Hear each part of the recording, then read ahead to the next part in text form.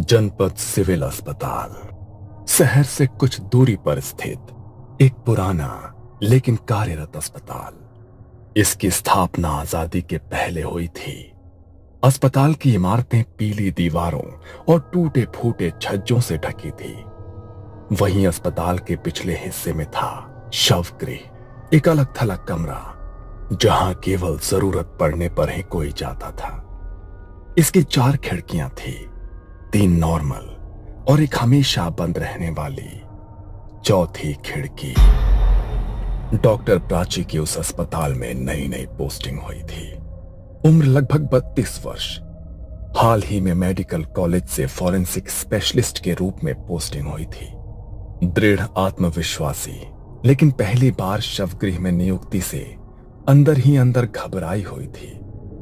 उसने अब तक सब कुछ किताबों में पढ़ा था, असली लाशों से कभी पाला नहीं पड़ा था।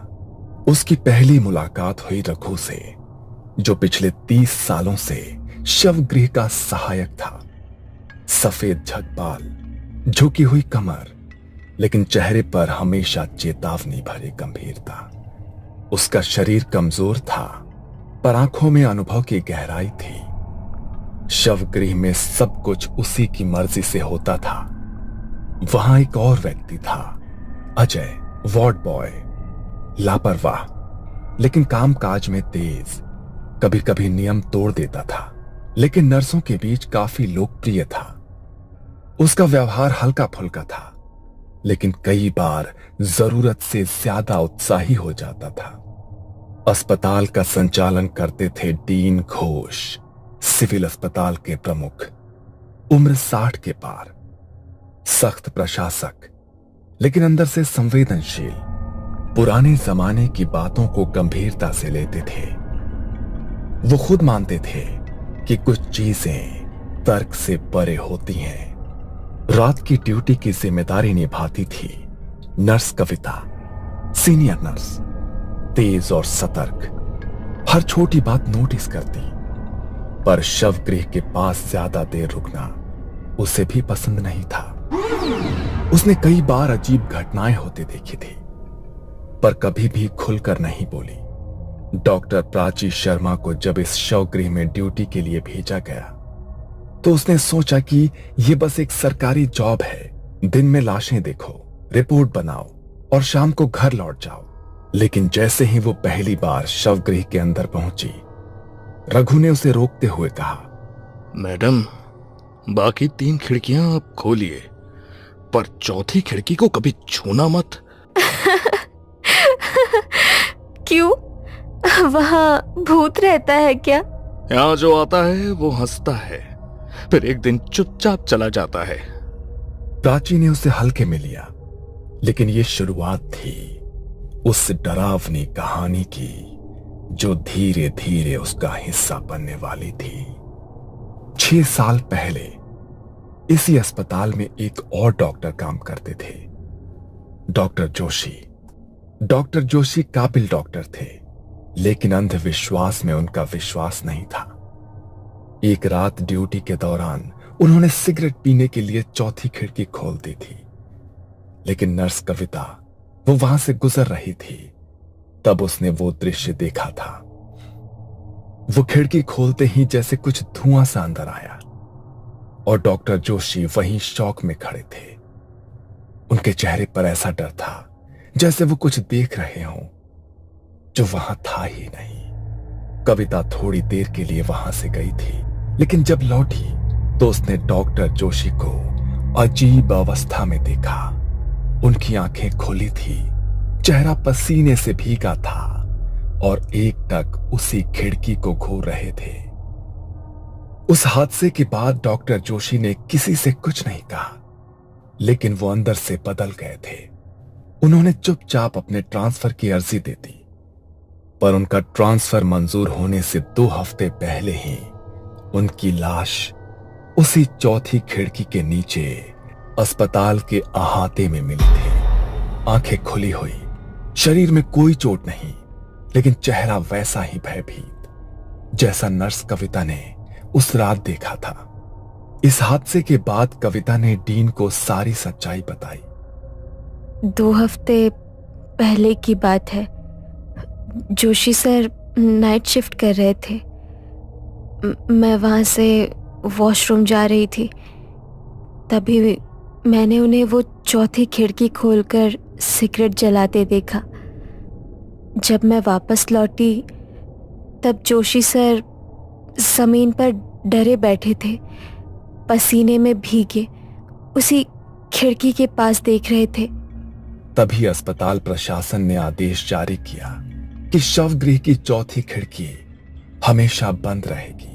प्राची अपनी रोज की ड्यूटी करती, रिपोर्ट्स बनाती और समय पर घर लौट जाती। चौथी खिड़की उसके लिए बस एक बंद कोना थी, न कोई सवाल, न कोई दिलचस्पी।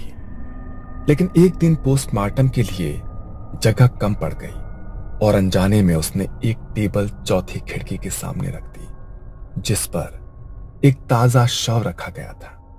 उसे इसका कोई अंदाजा नहीं था कि यह छोटी सी गलती कैसे भयानक रात का दरवाजा खोलने वाली थी। उस रात अमावस्या थी, जब प्राची शवगृह में अकेली ड्यूटी कर रही थी। तभी अचानक लाइटें एक झटके में टिमटिमाने लगी। अचानक लाइट इतने टिमटिम क्यों कर रही है? जनरेटर भी चालू है। रघु, जो दरवाजे के पास बैठा था, वो अंदर आया और धीरे से बोला, आज अमावस्या है मैडम, और आपने चौथी खिड़की के सामने टेबल लगाई है। प्राची को पहली बार हल्का सा डर महसूस हुआ। उसने इधर उधर देखा, कुछ असहज सा महसूस करने लगी। रात के करीब 2 बजे शवगृह में गहराती खामोशी के बीच एक अजीब खड़खड़ाहट सुनाई दी। ऐसे लगा जैसे कोई खिड़की की सलाखों पर उंगलियां रगड़ रहा हो।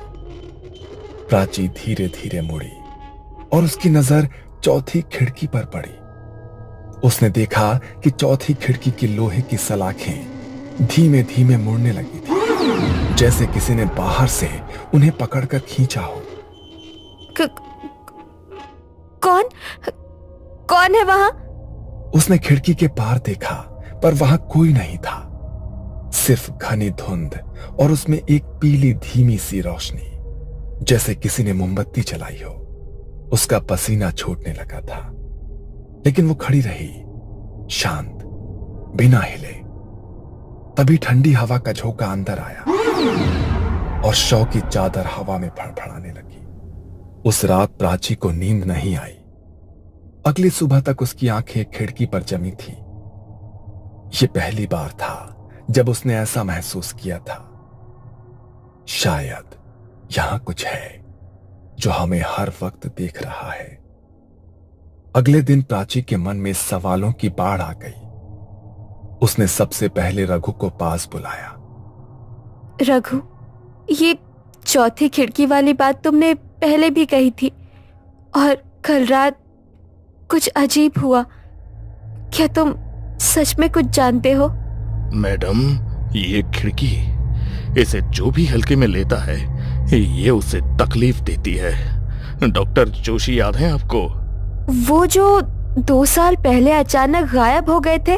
वो गायब नहीं हुए थे मैडम, उन्हें ले लिया गया था। मैंने देखा था उस रात। उन्होंने खिड़की खोल दी थी सिगरेट पीने के लिए। उसके 2 हफ्ते बाद ही उनकी मौत हो गई। प्राची को रघु की बात पर पूरी तरह यकीन नहीं हुआ, पर उसे अब जवाब चाहिए था। वो सीधे डीन घोष के कैबिन में पहुंची। सर, क्या आप मुझे शवगृह की चौथी खिड़की की असली कहानी बता सकते हैं? क्या सच में कुछ हुआ था? तुमने सही समय पर पूछा डॉक्टर प्राची, लेकिन जो जानोगे वो आसान नहीं होगा।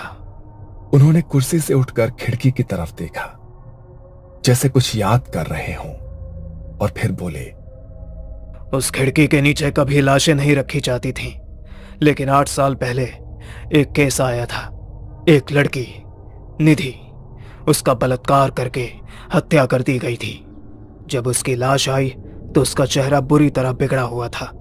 परिवार पहचान नहीं सका और बिना अंतिम संस्कार के उसे खिड़की के नीचे टेबल पर रख दिया गया।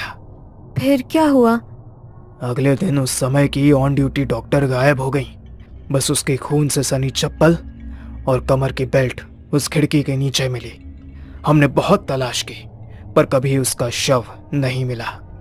क्या आपने ये बात किसी को बताई थी? नहीं, पर उस घटना के 6 सालों बाद नर्स कविता मेरे पास आई और उसने डॉक्टर जोशी की कहानी बताई। तब जाकर मैंने आदेश जारी किया, शव गृह की चौथी खिड़की हमेशा के लिए बंद रहेगी। प्राची का चेहरा अब गंभीर था। वो जान चुकी थी कि ये खिड़की सिर्फ ईंट पत्थर की नहीं है, ये उसके दर्द की राह थी। वार्ड बॉय अजय को चौथी खिड़की की पूरी कहानी नहीं पता थी। एक रात ड्यूटी के दौरान उसने देखा कि खिड़की के पास बहुत धूल मिट्टी जमा है। बाकी कमरा साफ करने के बाद उसका ध्यान वहीं गया। उसने खिड़की की कुंडी खोली और झुककर सफाई करने लगा। जैसे ही उसने झाड़ू से खिड़की की जाली छुई, एक करंट उसके पूरे शरीर में दौड़ गया। कविता, इस खिड़की के पास से ठंडी सांस जैसी लग रही है, कोई है क्या? नर्स कविता बाहर कॉरिडोर में ही थी, लेकिन तब तक उसे कुछ महसूस नहीं हुआ। रात के 2:45 पर अचानक शवगृह से एक दिल दहला देने वाली चीख गूंजी। कविता भागती हुई अंदर पहुंची। वहां अजय फर्श पर पड़ा था, आंखें पूरी तरह खुली हुई, मुंह जैसे चीखते चीखते खुला रह गया हो, चेहरा सफेद और भयभीत। ऐसा लगा जैसे उसने मरने से पहले कुछ ऐसा देखा हो जिसे वो सहन नहीं कर पाया। खिड़की की ओर देखा तो वहां एक लाल साड़ी में कोई औरत जैसी आकृति खड़ी थी। उसका चेहरा धुंध में छुपा हुआ था और अगले ही पल वो गायब हो गई। कविता सन्न रह गई। उसे समझ आ गया कि अजय ने वही गलती की थी जो पहले डॉक्टर जोशी कर चुके थे। प्राची डॉक्टर होने के साथ साथ थोड़ी आध्यात्मिक भी थी। उसने निधि की आत्मा की पीड़ा को समझा और तय किया कि वो इस रहस्य को पूरी तरह से सुलझाएगी। उसने किसी तरह डीन घोष को मनाया और अगले अमावस्या की रात एक अनुभवी तांत्रिक बाबा महेश्वर नाथ को बुलाया। बाबा ने शवगृह की चौखट पर बैठकर तंत्र विधि की तैयारी शुरू की। लाल रंग की चंदन की रेखाएं, भस्म से घेरा और मंत्रोच्चार। प्राची ने अपनी जान की परवाह किए बिना चौथी खिड़की के सामने एक कैमरा लगाया और खुद विधि में शामिल हुई। जो आत्मा न्याय की प्यासी हो वो अब प्रकट होगी। डरो मत, सच को उजागर करना अब तुम्हारा कर्तव्य है। रात के 3 बजे खिड़की की जंजीरें खड़कने लगी और एक ठंडी हवा शवगृह में भर गई। कैमरे की स्क्रीन ब्लैंक हो गई। तभी प्राची ने सुना, मुझे न्याय दो। एक परछाई धीरे धीरे सामने आई। वही लड़की, झुलसी त्वचा, अधखुले होंठ और खून से सनी साड़ी। मैं इंतजार करती रही हर रात। कोई मेरा सच नहीं जानता। किसी ने मेरी चिता नहीं जलाई। मैं अधूरी रह गई। प्राची कांपती हुई खड़ी रही। उसकी आंखों में आंसू थे। मैं करूंगी। मैं तुम्हारा अंतिम संस्कार करवाऊंगी। तुम्हें शांति दूंगी, ये वादा है। बाबा ने मंत्र पढ़ते हुए खिड़की पर भस्म फेंका और एक तेज चीख गूंजी जैसे आत्मा ने वर्षों का दर्द उगल दिया हो। कमरे का तापमान सामान्य होने लगा, लेकिन हवा में अब भी भारीपन था, जैसे कोई दर्द अभी पूरी तरह गया नहीं था। बाबा महेश्वर नाथ ने जो भस्म निधि की आत्मा पर डाली थी, उसने उसकी व्याकुल आत्मा को कुछ क्षणों के लिए शांत कर दिया। कमरे का तापमान सामान्य होने लगा और बाबा ने धीरे से प्राची से कहा, अब समय है उसे अंतिम मुक्ति देने का। जब तक उसका अंतिम संस्कार नहीं होगा ये पीड़ा कभी खत्म नहीं होगी।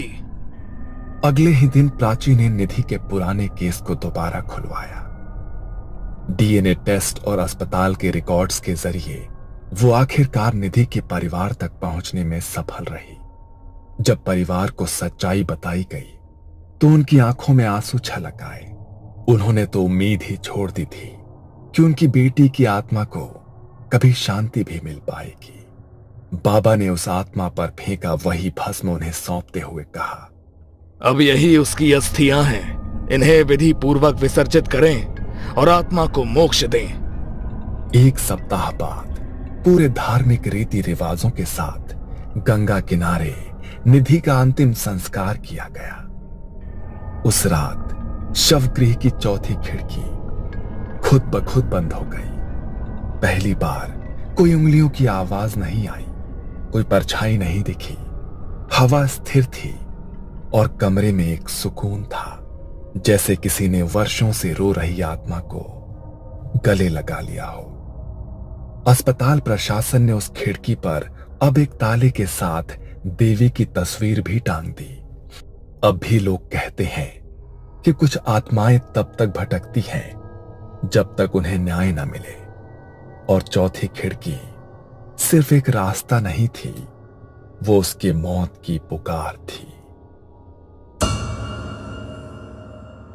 ये कहानी आपको अच्छी लगी हो तो हमें सब्सक्राइब करें, हमारा इंस्टाग्राम और फेसबुक पेज जरूर फॉलो करें। अगर आपके पास ऐसी ही कोई कहानी हो तो हमें कमेंट बॉक्स में भेजें।